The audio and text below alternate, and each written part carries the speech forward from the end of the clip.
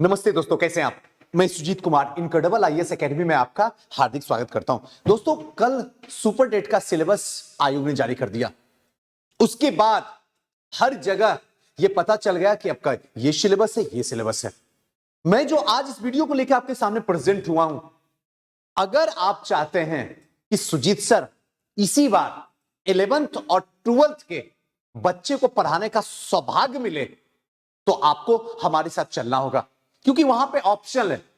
किन्हीं का option geography हो सकता है, किन्हीं का हिस्ट्री हो सकता है, किन्हीं का पॉलिटी हो सकता है, किन्हीं का हिंदी साहित्य हो सकता है, किन्हीं का कंप्यूटर हो सकता है। यहां जो मैं चर्चा करने वाला हूं, इतिहास का चर्चा करने वाला हूं। आपको घबराने की कोई जरूरत नहीं है, एकदम टेंशन फ्री रहिए। मैं हूं, आपको बेहतरीन तरीके से इतिहास बताऊंगा, एकदम बेहतरीन तरीके से, बेसिक टू एडवांस।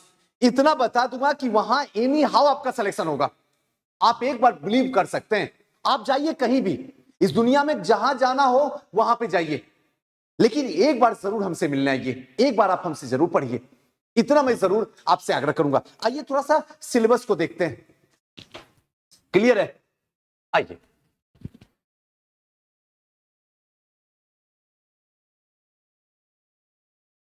इसका सिलेबस लेगा तो बीपीएससी, लेकिन कहीं ना कहीं दिमाग में एक चीज थॉट बना के रखे हुए हैं, अरे कुछ नहीं है, 11th 12th टीचर वाला है।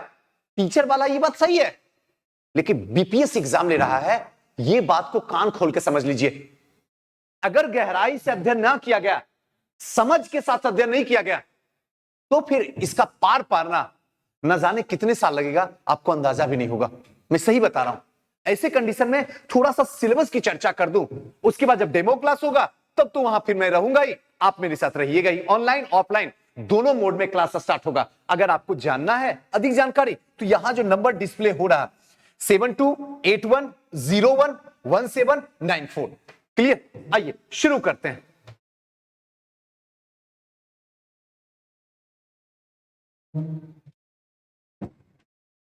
पहला जो हमारा, अगर क्लास 11th का देखिए, तो थोड़ा सा सिलेबस को खंगालने की कोशिश करते हैं।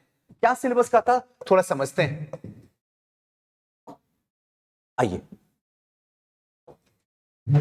मानव का क्रमिक विकास विश्व इतिहास का है। एकदम आसान है, एकदम छोटा है, मजा आएगा जब पढ़िएगा तो कहिएगा वाह सुजीत सर, मजा आ गया। एकदम इतिहास न रटने का खेल है, ध्यान रखना, और ना ही पढ़ने का खेल है।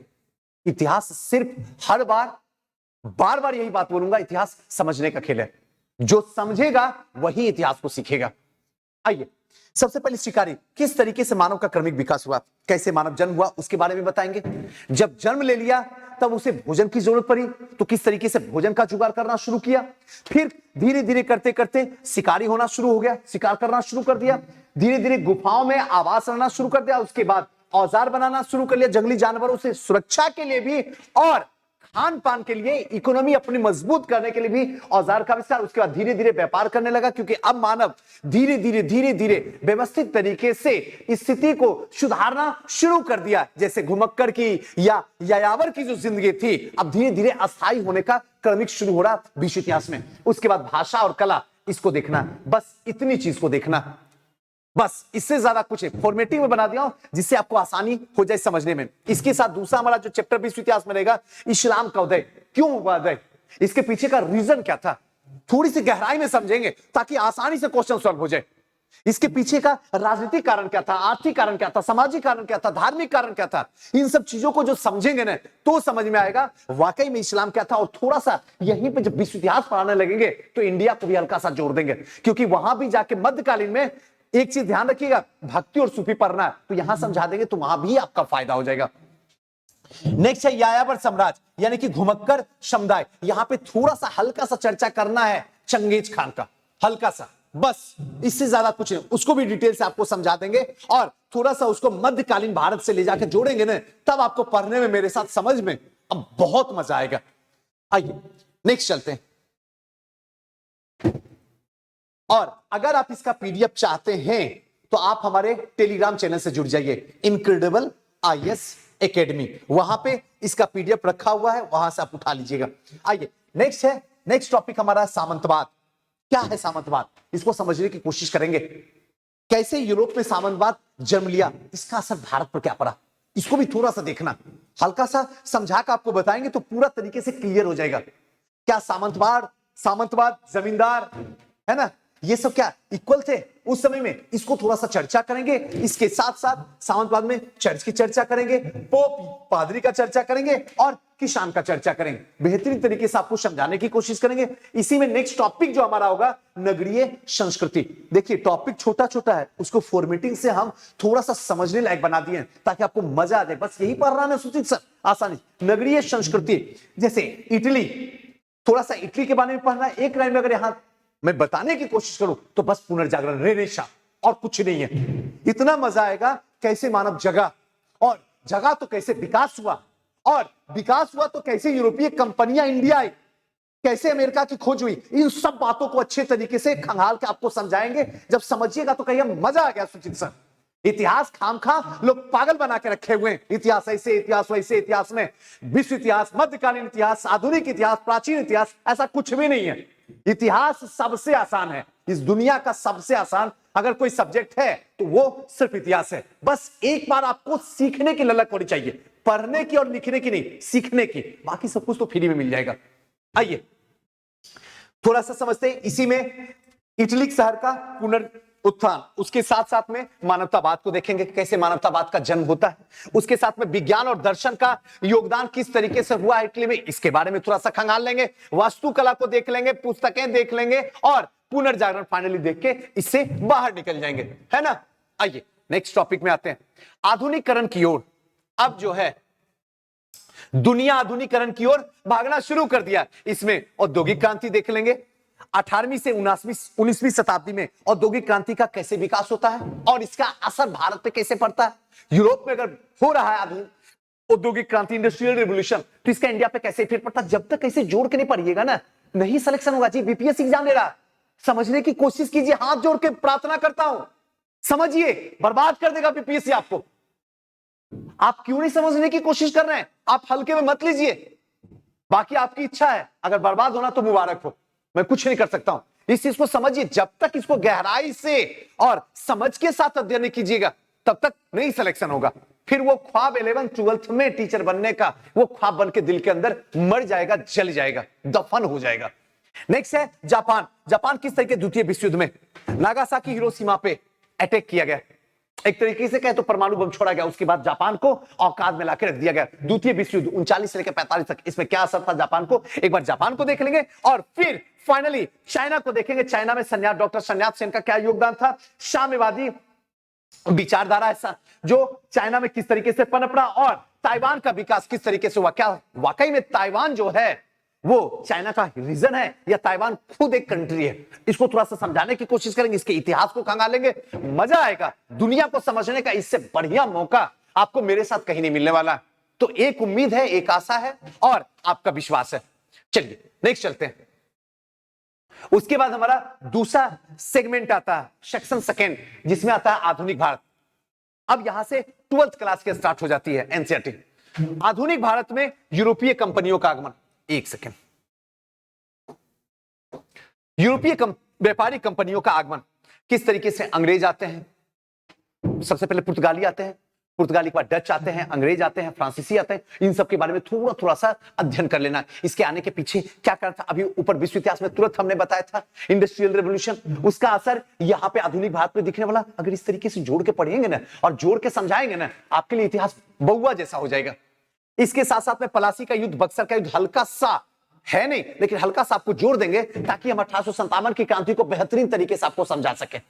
इसके साथ रेल का विकास हुआ। रेल का विकास में हमने सोचा कि हिंदुस्तान का विकास हो रहा, हमने सोचा कि हिंदुस्तानियों का विकास हो रहा। सच बात यह था, यह सिर्फ ब्रिटेन का विकास हो रहा था और अंग्रेजों का विकास हो रहा था। इसके साथ साथ में 1857 की क्रांति को डिटेल से देखना है और समझने की कोशिश करना है। इसके साथ महात्मा गांधी और राष्ट्रीय आंदोलन, इसमें चंपारण सत्याग्रह देखना है, असहयोग आंदोलन देखना। देखिए अगर उसमें सिलेबस में जाइएगा तो सबने अवज्ञा आंदोलन के बाद की क्रांति की बात कर रहा हूं, तो सबने अवज्ञा आंदोलन की बात से अगर हम आपको समझाने की कोशिश करेंगे, पढ़ाने की कोशिश करेंगे, तो मजा नहीं आ पाएगा, हमारे साथ चल नहीं पाइएगा। अगर मुझे इसको समझना होगा तो गांधी किस तरीके, गलती होगी, गांधी जी किस तरीके से इंडिया आते हैं, 1915 में कैसे 16 में लखनऊ का अधिवेशन होता है, लखनऊ के अधिवेशन के बाद चंपारण सत्याग्रह करते हैं, चंपारण सत्याग्रह के बाद एक सबसे बड़ा जन आंदोलन पहला गांधी जी का होता है असहयोग आंदोलन। थोड़ा सा असहयोग आंदोलन को समझ लेंगे, उसी में थोड़ा सा हल्का सा समझ लेंगे चौड़ा चौड़ी कांड। उसके बाद शबने बग्या आंदोलन चले जाएंगे जिसको नमक विद्रोह भी कहा जा सकता है, और भारत छोड़ो आंदोलन उसके बाद कंप्लीट हो जाएगा। और फाइनली भारत का विभाजन हुआ। भारत के विभाजन का थोड़ा सा इतिहास खंगालेंगे, और जैसे ही इतिहास इसको खंगालेंगे तो भारत का विभाजन का इतिहास खंगालना होगा तो हमको 1905 में बंगाल का विभाजन बंगभंग आंदोलन या स्वदेशी आंदोलन को समझना होगा, यानी कि करजन का बंगाल को विभाजन करना। वहां से समझेंगे तब हमको समझ में आएगा कि भारत का विभाजन क्यों हुआ और इसके पीछे जिम्मेदार क्या थे। उसके बाद फाइनली संविधान का निर्माण होगा, उसके बाद बाहर निकल जाएंगे। एकदम आसान है बच्चा, ऐसा बस यही आधुनिक का सिलेबस और कुछ नहीं है।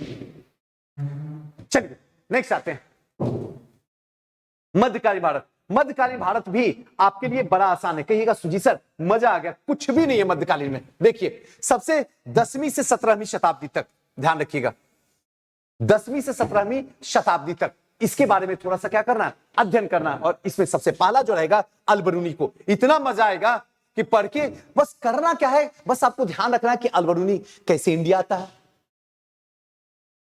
मध्यकालीन में। उसके बाद अल-बरूनी के समय में भारत की राजनीति क्या थी, आर्थिक क्या थी, सामाजिक क्या थी, सांस्कृतिक क्या थी, धार्मिक क्या थी, इन सबको जोड़ के आपको समझा देना। और उनकी जो कृति थी किताब उल हिंद, इसके बारे में थोड़ा सा समझा देंगे। इसी थोड़ा सा एक सेकंड थोड़ा ऊपर करता हूं तो आपकी आसान, हाँ अब आपको मजा आएगा। आइए इसके साथ ही इसी में इसके धर्म को समझेंगे, उस समय के दर्शन को समझेंगे, इसके त्योहारों को समझेंगे, रीति रिवाज प्रथाओं को देखेंगे, मूर्ति कला को देखेंगे, कानून को देखेंगे, और भाषा क्या थी उस समय की, उन भाषाओं को देखने की कोशिश करेंगे। और वो भाषा देखने के लिए सबसे पहले अल-बरूनी को समझना होगा। उसके बाद आते हैं इब्न बतूता का रहला। इब्न बतूता का रहला कृति है, उसमें उस समय का समाज कैसा था, हिंदुस्तान का मध्यकालीन भारत, उसको देखेंगे। फिर उसमें राजनीतिक, आर्थिक, सामाजिक, सांस्कृतिक इतना बेहतरीन तरीके से समझाएंगे कि इन दोनों से प्यार हो जाएगा, चाहे अल-बरूनी की बात चले या फिर इब्न बतूता की बात चले। आज तक आप लोग सुने होंगे, एक आध लाइन में गलती से लूसेंट से पढ़े होंगे, या कहीं पे कोई सोशल मीडिया पे चर्चा का विषय रहा होगा, इसका बताइए क्या आंसर होगा, तो वन लाइनर में आंसर दिए होंगे ABCD। लेकिन आज आपको डिटेल से बताएंगे, मजा आ जाएगा। ऐसे आपको समझाना है, ऐसे आपको पढ़ाना है, ऐसे आपको सिखाना है कि आपका सिलेक्शन हो जाए, बस इसके सिवा मेरा कोई उद्देश्य नहीं है। बर्नियर के बारे में कहेंगे, ये एक चिकित्सक था, एक डॉक्टर था, और किस तरीके से मुगल शासकों के साथ इसका घनिष्ठ संबंध था, इसके बारे में हल्का सा चर्चा करेंगे और आपको समझाने की कोशिश करेंगे। ये तो आपके पास में कभी आया भी नहीं होगा बर्नियर की चर्चा, लेकिन यहां पे देखिएगा तो आपको इश्क हो जाएगा इतिहास से। कहिएगा सुजीत सर मजा आ गया। आइए नेक्स्ट, भक्ति और सूफी, ये इंपॉर्टेंट है। एक चीज और मैं आपको बता दूं यहां पे कि आपको लगेगा सुजीत सर आप बस सिर्फ पढ़ के हो जाएगा, नहीं, एग्जाम देना होगा, डेली में टेस्ट लूंगा, चैप्टर खत्म टेस्ट मैं जितना दूंगा उतना मैं आपसे ले लूंगा, पहले तो मैं ले लूंगा, आयोग बाद में लेगा। ये कभी ख्वाबों में और भ्रम में मत जिएगा। जाना है सुजीत सर के क्लास में, एसी में बैठना है, ठंडा पानी पीना है, बात करना, गप्पे मारना और निकल जाना। ख्वाब गलत है, वैसा यहां नहीं होने वाला। यहां आइएगा, मां सरस्वती को साक्षी मान के ईमानदारी से मैं दूंगा, और मां सरस्वती को साक्षी मान के आपको भी हमको देना होगा। जिस दिन आप हमको अच्छे तरीके से दे दीजिएगा, आयोग को तो आसानी से जाके दे आइएगा। इसलिए यहां पे टेस्ट होगा, वीकली टेस्ट होगा, और GD भी होगा, याद रखिएगा, ग्रुप डिस्कशन। ऐसे रिजल्ट थोड़ी होने वाला, बीपीएससी ले रहा भाई, मैं बार बार दिमाग में आपको डाल रहा हूं, थोड़ा सा एक्टिव मोड में आ जाइए, बस वहां जाइए जहां सिलेक्शन हो जाए। बस मार्केटिंग के दौर से बाहर निकलिए और समझने की कोशिश कीजिए, कहां पहुंचेगा तो सिलेक्शन होगा, बाकी आपकी इच्छा है। चलिए भक्ति और सूफी को देखते हैं। हमने बताया था इस्लाम का उदय विश्व इतिहास में, और उसी समय हमने बोला था कि मध्यकालीन में आपको सूफी जब पढ़ाएंगे तो वहां पे उस चीज का थोड़ा सा चर्चा कर देंगे, तब आपको सूफी पढ़ाने में मुझे मजा आएगा। हल्का हल्का पढ़ना, ज्यादा डिटेल नहीं पढ़ना, हल्का हल्का। 21 बात पे बल दिया गया भक्ति में। उसके साथ साथ में आडंबर, अंधविश्वास तथा कर्म कांड से दूर रहने की बात कही गई, ईश्वर के प्रति आत्मसमर्पण की बात कही गई, मानवतावाद का दृष्टिकोण लाया गया, समाज में व्याप्त जातिवादी आई, शंकराचार्य की बात करेंगे, रामानुजाचार्य की बात करेंगे, कबीर की बात करेंगे, गुरु नानक की बात करेंगे, और मीराबाई की बात करेंगे, और बेहतरीन तरीके से आपको समझाने की कोशिश करेंगे। हर युग में, हर में धर्म का परिवर्तन हुआ। जब जब धर्म का विनाश हुआ है, हानि हुआ है, तब तब धर्म ने एक अलग से एक नया रूप लेके दुनिया में आया। अगर प्राचीन काल में बोले तो सनातन धर्म का धीरे धीरे स्थिति खराब होना शुरू हुई, तो इसी की वजह से आगे चलने के बाद धार्मिक क्रांति हुआ, जिसको बौद्ध और जैन का धर्म कहते हैं। मध्यकालीन में भी देखिए धीरे धीरे स्थिति खराब होना शुरू हो गई। अगर भक्ति देखिए तो हिंदू और सूफी देखिए तो मुस्लिम, इन दोनों में धीरे धीरे कृतियां उत्पन्न होना शुरू हो गई। मध्यकालीन में जाके भक्ति और सूफी आंदोलन शुरू हुआ, जिससे कि अंदर में जो गंदगी चली गई है, जो आडंबर चला गया है, जो अंधविश्वास चला गया है, जो कुरीतियां चली गई है, इन कुरीतियों को दूर करना है। और जब हम आधुनिक में एंट्री करते हैं तो सामाजिक धर्म सुधार आंदोलन, एक बार फिर से समाज के अंदर बुराइयां आ गई, इन बुराइयों को दूर करना है। और आज भी देख लीजिए जिस तरीके से हो रहा है धर्मों को लेके, चाहे राजनीति की बात हो, आर्थिक की बात हो, सामाजिक की बात हो, एक बार फिर से धर्म में परिवर्तन होगा। कब होगा वक्त बताएगा। चलिए इसको देख लेंगे। उसके बाद यहां के बाद एक सेकेंड, हाँ यहां के बाद आएंगे सूफी। वो तो भक्ति की बात किए थे, अब थोड़ा सा सूफी में देखेंगे। सूफी में ज्यादा नहीं करना, ज्यादा नहीं है सूफी में, भक्ति को ध्यान से देखना। चिश्ती सिलसिला को देखेंगे, शुहारवादी सिलसिला को देखेंगे, और कादरी या कदरिया, इसको थोड़ा सा समझने की कोशिश करेंगे। इसी में मोहिउद्दीन चिश्ती आएंगे। इन्हीं के जो शिष्य थे कुतुबुद्दीन बख्तियार काकी, जो कुतुब मीनार बना हुआ है, जो कुतुब मीनार बना हुआ है, एक सेकंड, कुतुबुद्दीन ऐबक ने, हाँ कुतुबुद्दीन ऐबक ने जो कुतुब मीनार बनाया है, वो अपने जो गुरु थे बख्तियार काकी के ही याद में बनाया था। थोड़ा सा इसको देख लेना है। रूढ़िवादी विचारों का प्रभाव जो है सुहारवादी सिलसिला में रहा, आज भी है। इसको थोड़ा सा गहराई से देखेंगे, ये इंपॉर्टेंट है थोड़ा सा। और कदरिया जो शाहजहां के पुत्र दारा सिको था, इसी को अपनाए हुए थे, इसी का अनुयायी था। आइए नेक्स्ट चलते हैं।